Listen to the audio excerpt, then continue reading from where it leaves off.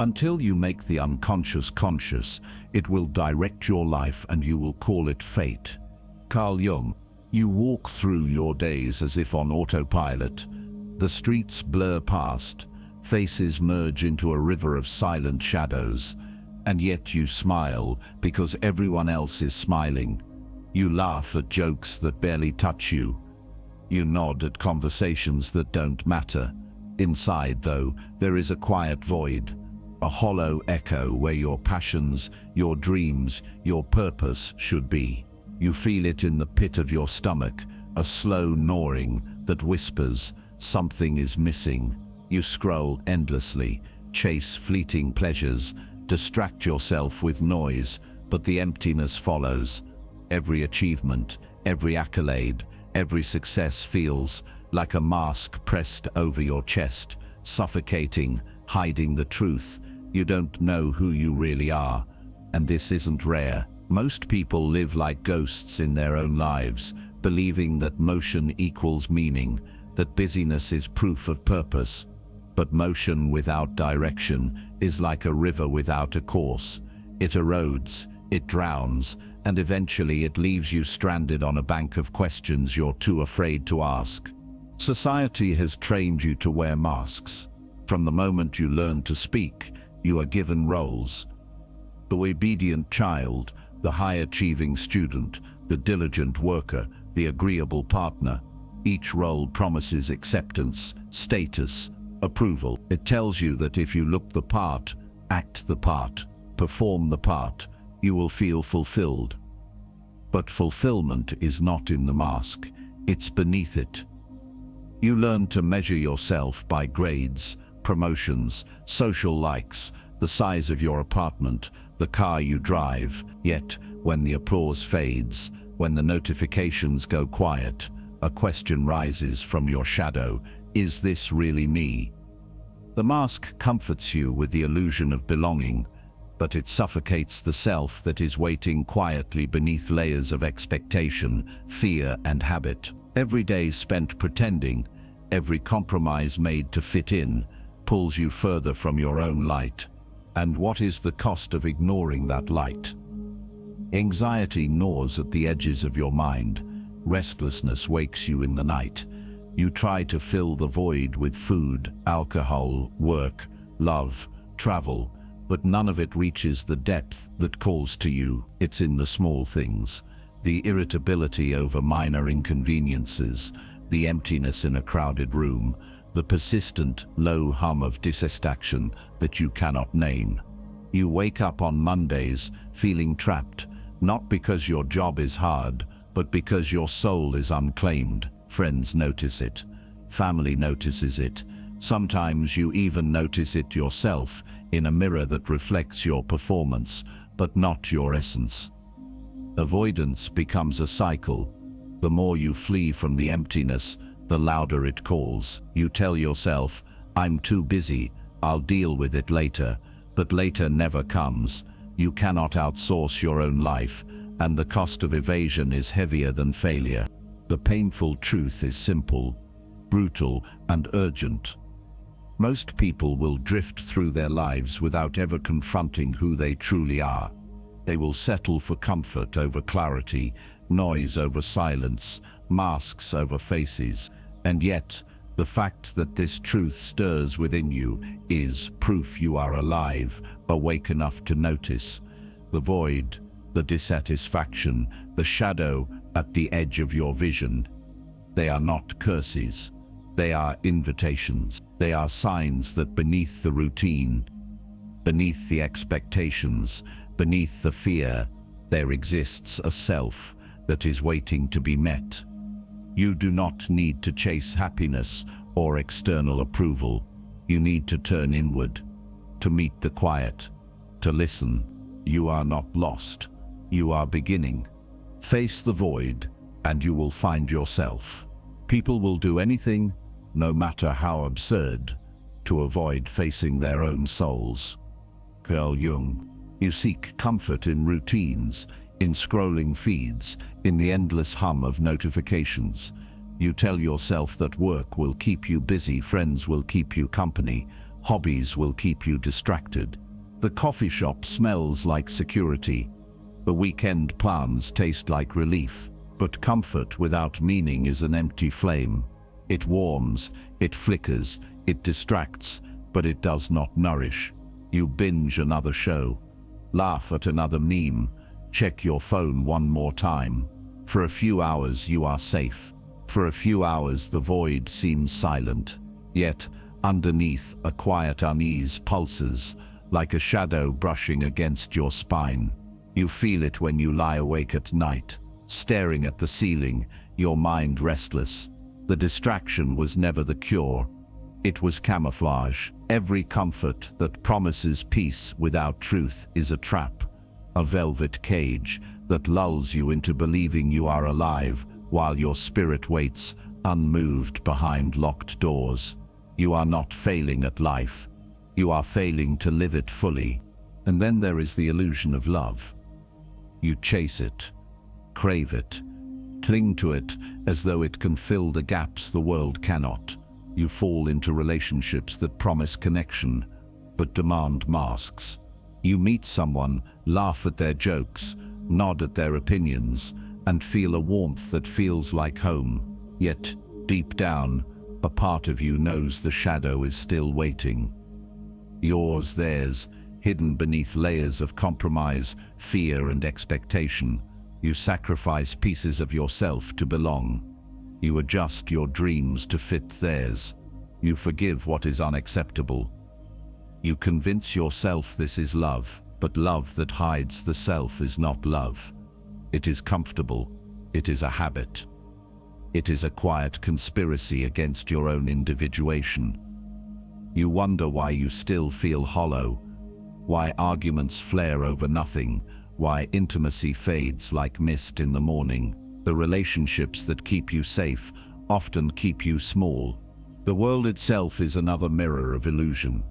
Social media shows lives curated, polished, and filtered.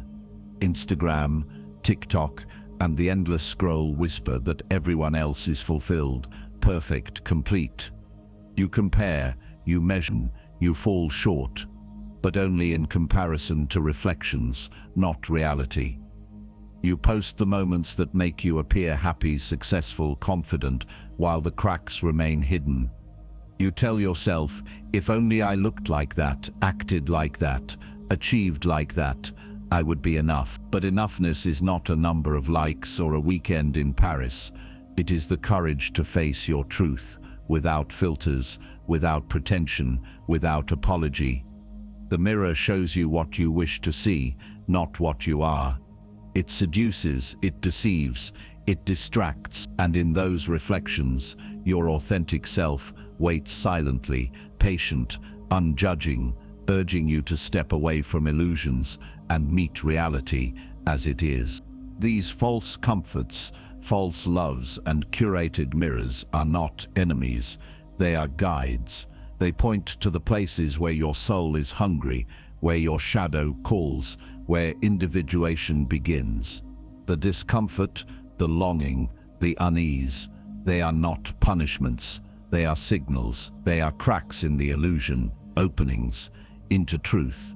And when you finally see them, really see them, you understand that life was never meant to be lived behind masks, behind screens, behind the safety of temporary distractions. It was meant to be lived in the raw, in the real, in the dialogue between shadow and light.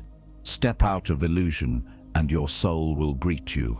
Until you make the unconscious conscious, it will direct your life, and you will call it fate.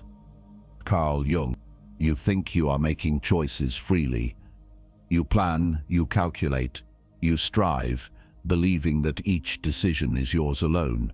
Yet beneath the surface there are currents you cannot see, pulling you into patterns, steering you toward repetition. These currents are your shadow, repressed fears, unhealed wounds, and the silent echoes of childhood pain. They move you in ways you do not consciously notice. You find yourself drawn to situations that mirror old hurt. You gravitate toward people who trigger the same insecurities you've carried for years. You chase achievements or approval, as if to fill an emptiness that nothing external can reach. The shadow is patient, cunning, and invisible. It does not shout. It whispers in the choices you make, the words you speak, the compromises you accept. It is in the hesitation before a conversation, in the impulse to avoid confrontation, in the instinct to sabotage what could finally bring you peace. And the cruel truth is that until you meet it, until you acknowledge its influence, it will keep running your life like a ghostly puppeteer, leaving you believing you are in control when you are not. Patterns emerge like shadows on a wall. You notice them, if you are willing, the failed relationships that repeat the same story, the opportunities you sabotage just as success begins to bloom, the arguments that ignite over the same triggers again and again. Your life is a labyrinth of choices, yet each turn reflects a familiar wound. Perhaps it was a childhood marked by neglect, a friendship that betrayed you, or a parent whose love was conditional. The shadow collects these moments, weaves them into a script, and projects them onto your adult existence. You are not consciously choosing repetition, yet the repetition persists. You date the same type of person who will not value you. You accept the same professional pattern that limits you. You repeat behaviors that you swore you would never repeat. Each recurrence is a message from the shadow, a mirror reflecting what you have not yet faced. These patterns are not punishments, they are guides pointing to the unintegrated parts of yourself, insisting on recognition. And then comes the illusion of control. You plan your days, manage your schedules, craft your image, yet the shadow has already written chapters you are unaware of. You believe that your life is predictable, that preparation ensures security, that intellect guarantees freedom from error. But every wound silently scripts decisions before you even realize it. That promotion you chase may not satisfy you because your fear of inadequacy makes you seek external validation. That relationship you cling to may repeat old neglect because your shadow teaches you that love must be earned. You may think you are steering, but the currents beneath are older, stronger, and invisible. Every instinct, every impulse, every attraction can be traced back to unacknowledged experiences. Awareness is the only compass. Only by naming the shadow, by bringing those silent forces into the light, can you begin to navigate life with clarity instead of unconscious repetition. When you finally see the patterns, when you trace the roots of your choices to the hidden wounds beneath, a strange liberation arises. You realize that nothing is random. Every misstep, every compulsive behavior, every moment of self-sabotage is a signal, a beacon guiding you toward the parts of yourself that must be met. The shadow does not vanish when confronted. It waits. It tests. It is challenging. But in facing it, you reclaim the autonomy that was always an illusion. You understand that the chaos, the repetition, the unfulfilled longing, all are invitations to deeper awareness, to self-recognition, to individuation. Your wounds are not your enemies, they are your teachers. They do not control you once you meet them, they integrate with you, becoming a source of wisdom, resilience, and authentic direction. The life you thought was scripted by fate is, in truth, an ongoing dialogue between your shadow and your conscious self, waiting for you to step fully into your own authorship. Face your shadow and you reclaim your life. Your visions will become clear only when you can look into your own heart. Who looks outside dreams. Who looks inside awakes. Carl Jung. You thought you were safe. You had your routines, your distractions, your illusions of control. And then the rug is pulled. Comfort evaporates like mist. The job you relied on, the relationship you clung to, the daily rituals you trusted, all begin to crumble. You wake in the middle of the night with your heart racing, staring at the ceiling as if answers might drip from it. The familiar streets, the familiar faces, the familiar habits, they suddenly feel alien. Anxiety tightens around your chest like iron chains. Fear claws at your mind, unrelenting. You ask yourself, who am I if all of this falls away? For the first time, you realize that the structures you built to feel safe were not solid. They were scaffolding over a void. You face the abyss, a dark, yawning emptiness that echoes with questions you cannot silence. You feel small, exposed, uncertain.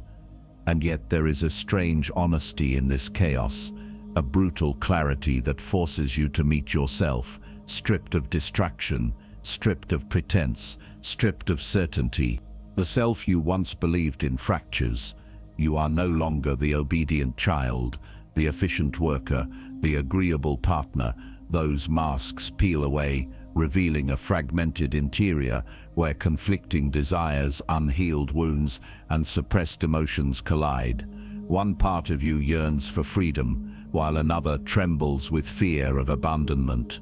You feel pulled toward creative expression, yet bound by societal expectations.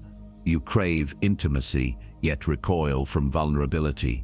You are both angry and ashamed, hopeful and hopeless, longing and afraid. Every past failure, every betrayal, every suppressed dream rises to the surface like shards of glass, cutting into your sense of identity. You look in the mirror and wonder if the reflection is yours at all. This fragmentation is terrifying, but it is necessary.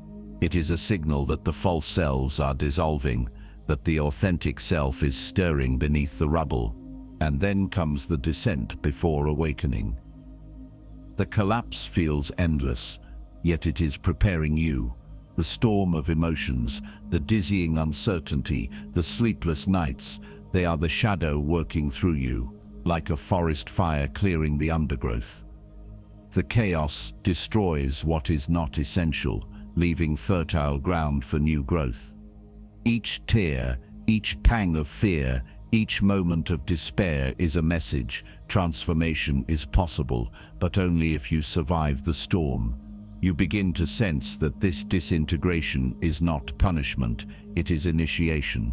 The old identity must dissolve before the true self can emerge. You do not yet see the horizon, but you feel its promise in the trembling of your chest, in the whispers of your intuition, in the rare moments of clarity between waves of panic. The pieces of who you were scatter, but they are not lost. They will be collected and reassembled into something stronger, more whole, and more real than you could have imagined. The abyss is terrifying, but it is not empty. It is the birthplace of authenticity. It is where fear becomes courage, where confusion becomes insight, where despair becomes awakening. To endure this collapse is to prove to yourself that you are capable of meeting the Theo, of reclaiming the fragments, and of stepping into your life fully conscious, fully alive. The chaos is the prelude. The collapse is the threshold, and when you cross it, you will emerge renewed, ready to build a self not dictated by expectation, but by truth. Embrace the collapse. It carries the seeds of your awakening. Everything that irritates us about others can lead us to an understanding of ourselves. Or you believed it was love.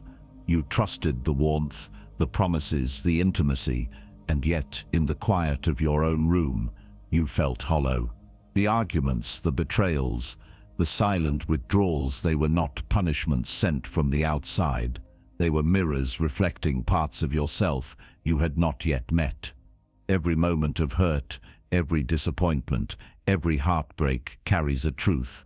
If you are willing to see it, the pain is less about the other person and more about the shadow within you. Perhaps it shows where you gave too much and lost yourself, where you avoided confrontation to be liked, or where fear whispered louder than desire. The relationships that faltered, the people who left, the expectations that shattered all were teachers in disguise. They illuminated corners of your psyche that were dark, neglected, and crying for attention. By reframing your perspective, you see that what you once called failure was not rejection, but guidance. It was not an absence, but an invitation to meet yourself honestly. The pain was never meaningless. It was a map pointing toward wholeness, toward clarity, toward the self that waits beneath the surface of fear and pretense. And then there is the work of disentangling illusion. Society tells you that love is grand, that success is linear, that happiness comes from acquisition or approval. But true love, true purpose, is never manufactured or forced. It is authentic, rooted in depth, and aligned with the rhythm of your soul. You learn to recognize attachments that are hollow, relationships that demand masks, careers that steal your vitality, routines that numb you. You begin to separate what is real from what is comfortable, what nourishes from what drains. This clarity is subtle at first. You notice it in small choices, declining invitations that feel burdensome, speaking truths that feel dangerous, prioritizing your intuition over societal expectation. Each act of discernment carves away layers of illusion, freeing you from the compulsive patterns of approval seeking and avoidance. You begin to feel the first stirrings of sovereignty, the sensation of standing on your own ground, guided not by external scripts, but by the silent compass of your own authenticity. Finally, you see that lessons are hidden in every wound. The betrayals, the disappointments, the unreciprocated efforts, they are not walls to stop you, they are signposts to your individuation. Each scar carries wisdom about boundaries, desire, and resilience. Each heartbreak reveals the parts of you that have been surrendered, neglected, or denied. In reflection, the failures become teachers. You begin to recognize patterns, the moments when fear dictated your choices, when avoidance prevented growth, when longing disguised itself as attachment. With each insight, you gain a tool for living consciously, the courage to choose differently, the discernment to see beneath appearances, the compassion to forgive both yourself and others. Your past is no longer a series of defeats, it is a roadmap. Your wounds are not curses, they are keys unlocking the door to self-knowledge, to purpose, to the love that begins within and radiates outward. You no longer wait for others to complete you. You see that the journey itself is the home of meaning. Pain is a teacher. Your soul holds the lesson. Knowing your own darkness is the best method for dealing with the darknesses of other people. Carl Jung. The shadow waits in silence, patient, relentless, a storm behind your eyes that you have spent a lifetime ignoring. You have felt it, those flashes of fear, anger, envy, or shame that rise unbidden, surprising you in moments of calm. Most flee from it, distract themselves, rationalize it away, but empowerment begins the moment you stop running. You choose to turn toward it. You step into the darkness willingly, lantern in hand, knowing that every suppressed desire, every hidden wound, every uncomfortable truth you have buried beneath layers of habit and pretense will be revealed. The invitation is clear. Meet yourself fully, without denial, without excuses. It is terrifying, but necessary. Your shadow is not an enemy. It is a doorway. Behind it lies the power you have been avoiding, the energy that can transform fear into courage, resentment into understanding, chaos into creation. To refuse it is to remain half alive. To meet it is to begin the process of wholeness, the deliberate act of reclaiming the self that has been fractured by avoidance and illusion. Once you accept the invitation, the work begins. You sit with your thoughts, confronting impulses that have long been denied. You journal honestly, naming the emotions that arise: anger at betrayal, jealousy at success, guilt at past mistakes. You visualize the shadow not as a monster, but as a part of you, asking to be seen, acknowledged, and integrated. You question your triggers. Why does this comment wound you so deeply? Why does this failure ignite panic? You explore the recurring patterns, the choices you make unconsciously, and gently trace them back to fear, need, or unhealed pain. Meditation, reflection, and inner dialogue become your tools. You allow yourself to feel the full spectrum of your being, the light and the dark, the desire and the doubt, the courage and the shame. Each recognition, each honest admission, each moment of self-compassion builds strength. You are no longer a passive observer of your impulses. You are in conversation with them, reclaiming authority over your own life. From this dialogue arises transformation. The shadow is no longer a source of terror but of energy, insight, and creativity. You begin to channel your impulses into purposeful action. The anger that once led to regret becomes assertiveness that establishes boundaries. The fear that once froze you becomes a compass, pointing to growth. The suppressed desires, once sources of shame, reveal latent talents and passions, waiting for conscious expression. Life becomes richer, more vivid, more authentic. You no longer act to please or avoid. You act in alignment with your whole self. Decisions are guided not by avoidance, but by understanding.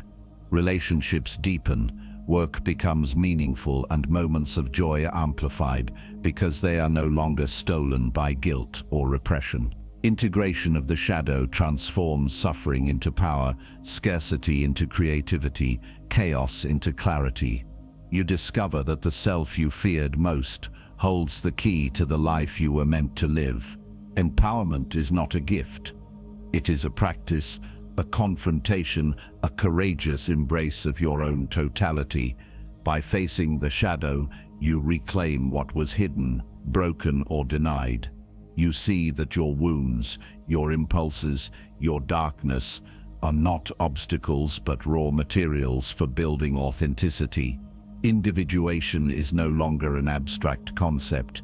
It is the lived experience of standing fully in your own life, informed by the lessons of the past, guided by insight and fueled by conscious choice. Your shadow is no longer an opponent. It is a partner, a guide, a source of creative fire that illuminates your purpose. And in that illumination, you find freedom. Embrace your shadow, and your power awakens. Your vision will become clear only when you can look into your own heart. Carl Jung. The storm has passed, and you stand in the quiet aftermath, feeling the stillness ripple through your bones. The pieces of yourself, once scattered by fear and doubt, now form a mosaic of understanding. You see the shadow you once fled, its darkness now tempered, its lessons integrated. The anger that burned without control, the envy that gnawed at your confidence, the insecurities that whispered lies, all have become threads in the fabric of your wholeness. You feel a resonance inside, a sense of alignment between who you are, who you were, and who you are becoming. Life no longer pulls you in conflicting directions. Instead, you move with intention, guided by the clarity of your inner compass.